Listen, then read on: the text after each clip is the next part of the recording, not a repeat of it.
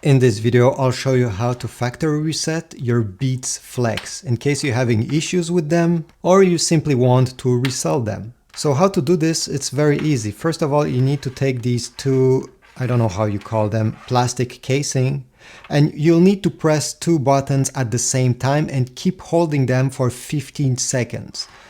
So the first button is the power button over here, the one with the small light on it. And the second one is the volume down. The volume down is the button that is right above the Beats logo. So over here, not this one, that one.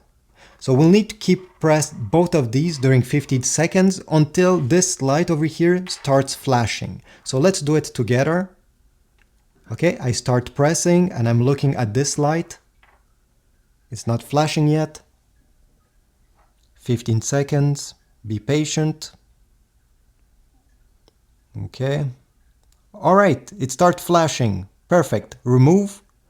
And then the light will keep flashing. So it flashed red at first, but now that I remove my finger, it will flash white. And this simply means that your Beats Flex are ready to get paired with a new device.